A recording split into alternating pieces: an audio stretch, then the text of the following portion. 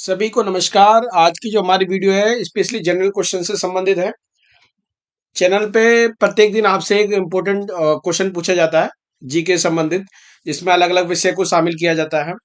तो काफी बच्चे ये जानना चाह रहे थे, सर जो पीछे आपने क्वेश्चन पूछे हैं जनवरी और फरवरी में, उनके आप आंसर शेयर कर दीजिए ताकि हमें क्लियर हो जाए कि कितने क्वेश्चन हमारे सही रहे और कितने गलत रहे, और हमें सही आंसर के बारे में भी पता चल जाए कि वास्तव में उसका सही आंसर क्या था। तो बच्चों की डिमांड पे आज की ये वीडियो तैयार की जा रही है कि पिछले जो जनवरी और फरवरी में जो जी के क्वेश्चन पूछे गए थे उनके क्या क्या आंसर है। और बच्चों ये जी के क्वेश्चन लगातार आपसे पूछे जाते हैं, आप इसलिए पूछे जाते हैं ताकि आपकी जी के लगातार बढ़ती रहे, क्योंकि जब कॉम्पिटिटिव एग्जाम देते हैं तो पता नहीं कौन सा जी के क्वेश्चन हमारी किस्मत बना देगा। क्योंकि कभी कभी दिखाई ये जाता है कि एक दो नंबर से ही बच्चे रह जाते हैं। तो शुरू से ही आपकी जी के मजबूत रहे, इसलिए डेली एक क्वेश्चन पूछा जाता है और अलग अलग सब्जेक्ट से होता है, ताकि बच्चों की ये अच्छी नॉलेज बन सके और जब वो आने वाले एग्जाम के लिए तैयार हो सके। तो आइए जानते हैं क्या थे क्वेश्चन और क्या उनके आंसर थे। सबसे पहला क्वेश्चन पूछा गया था कि बाबरी मस्जिद प्रकरण किस तारीख से संबंधित है। बच्चों वो तारीख थी 6 दिसंबर 1992 की, यानी कि 6 दिसंबर 1992 को बाबरी मस्जिद को ढाया गया था। मानव अधिकार दिवस कब मनाया जाता है। बच्चों मानव अधिकार दिवस जो है वो 10 दिसंबर को मनाया जाता है, क्योंकि 10 दिसंबर 1948 को जो है महासभा द्वारा जो है मानव अधिकारों की घोषणा की गई थी। तो उसी के उसमें 10 दिसंबर को मानव अधिकार मनाया जाता है। तुम मुझे खून दो मैं तुम्हें आजादी दूंगा किसका नारा था। ये जो नारा था वो सुभाष चंद्र बोस जी का नारा था। क्वेश्चन नंबर 4 पे चलते हैं बच्चों। नव निर्मित श्री राम मंदिर किस जगह बनकर तैयार हुआ। अभी आपने देखा कि राम मंदिर के संबंध में 22 जनवरी को जो है प्राण प्रतिष्ठा का कार्यक्रम हुआ था। तो वो उसके संबंध में एक क्वेश्चन पूछा गया था, तो उसका जो सही आंसर है वो है अयोध्या। Question number 5। 26 जनवरी को हम गणतंत्र दिवस रिपब्लिक डे मनाते हैं क्योंकि। बच्चों 26 जनवरी को हम रिपब्लिक डे इसलिए मनाते हैं क्योंकि हमारा संविधान इस दिन लागू हुआ था। हमारा संविधान बना था 26 नवंबर 1949 को और लागू हुआ वो 26 जनवरी 1950 को। तो संविधान लागू होने की स्थिति में ही हम गणतंत्र दिवस मनाते हैं। Question number 6। हाल में ही किस व्यक्ति को भारत रत्न देने की घोषणा की गई। बच्चों अभी भारत सरकार के द्वारा जो है कुछ भारत रत्न देने की घोषणा की गई थी। तो जो प्रमुख व्यक्ति थे उसमें थे वो कर्पूरी ठाकुर जी थे। ऑप्शन में कई नाम दिए गए थे, तो जिसका सही आंसर था वो था कर्पूरी ठाकुर।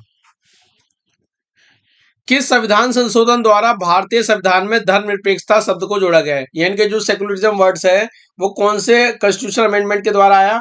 बच्चों वो अमेंडमेंट था 42, यानी कि 42 अमेंडमेंट के द्वारा जो है संविधान में जो है धर्मनिरपेक्षता शब्द को जोड़ा गया था। क्वेश्चन नंबर 8 पे चलते हैं। भारत रत्न प्राप्त करने वाले पहले प्रधानमंत्री कौन थे।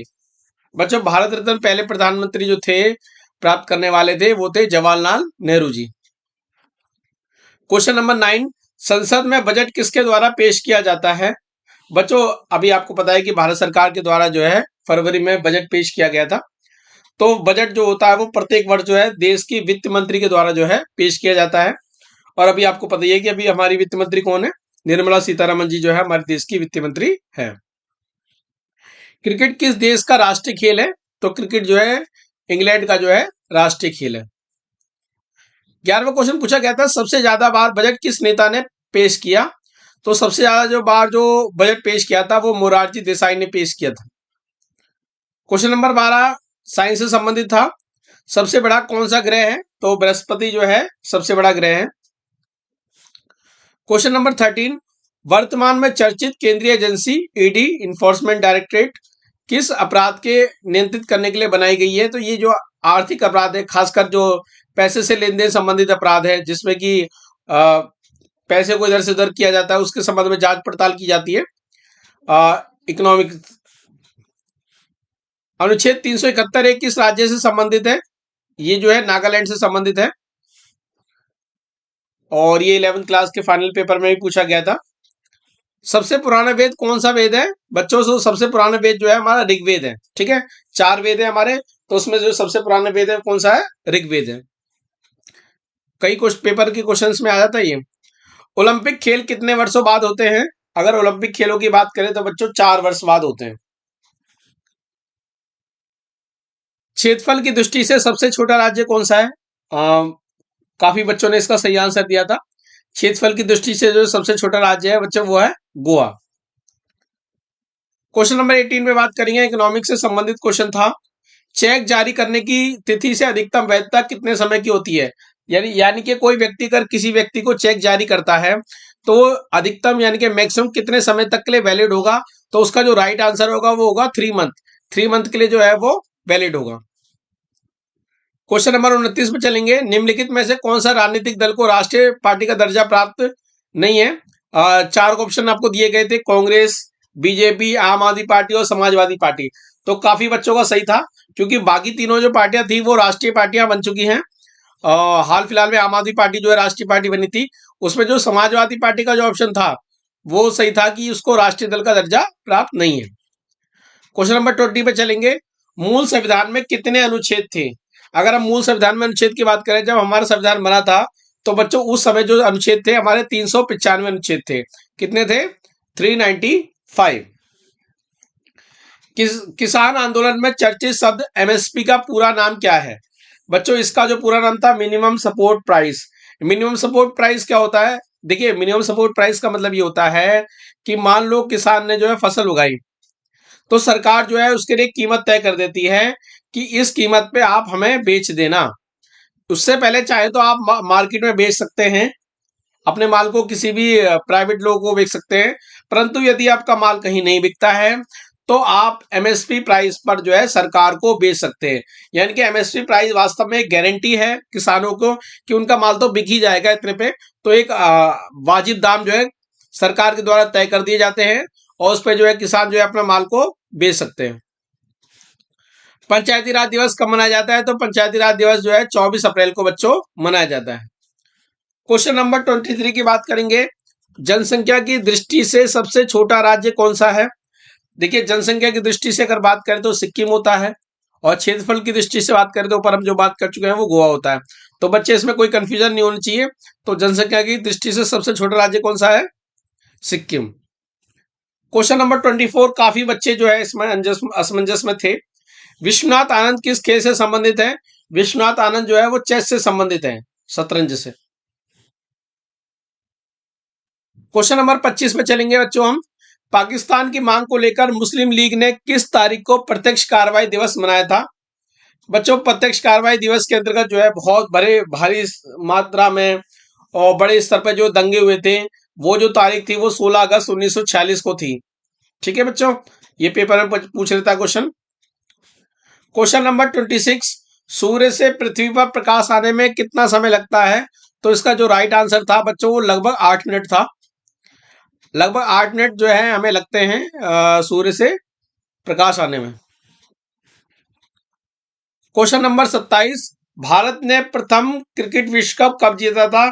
बच्चों, भारत ने जो प्रथम क्रिकेट विश्व कप जो है 1983 में जीता था, और जिसके जो कैप्टन थे कपिल देव थे।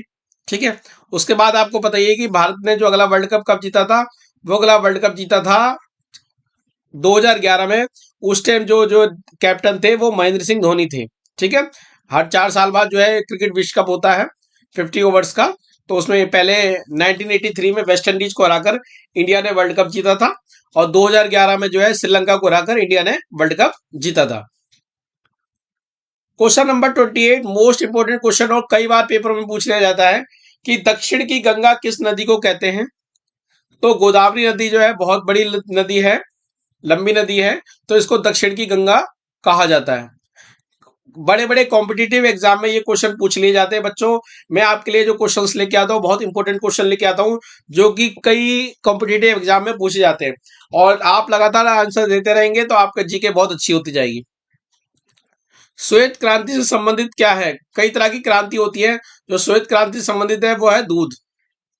और क्वेश्चन नंबर 30 पे चलेंगे, वर्ष 2023 आईसीसी क्रिकेट विश्व कप का खिताब किस टीम द्वारा जीता गया? बच्चों, इस साल जो क्रिकेट वर्ल्ड कप जो 2023 में हुआ था, उसमें जो है आपको पता है कि ऑस्ट्रेलिया ने वर्ल्ड कप जीता था, और हमारी टीम इंडिया जो रनर अप रही थी, यानी कि फाइनल में जो है ऑस्ट्रेलिया के खिलाफ जीत नहीं पाई थी। तो इस तरह से जो है ऑस्ट्रेलिया ने जो है वर्ल्ड कप को जीत लिया था।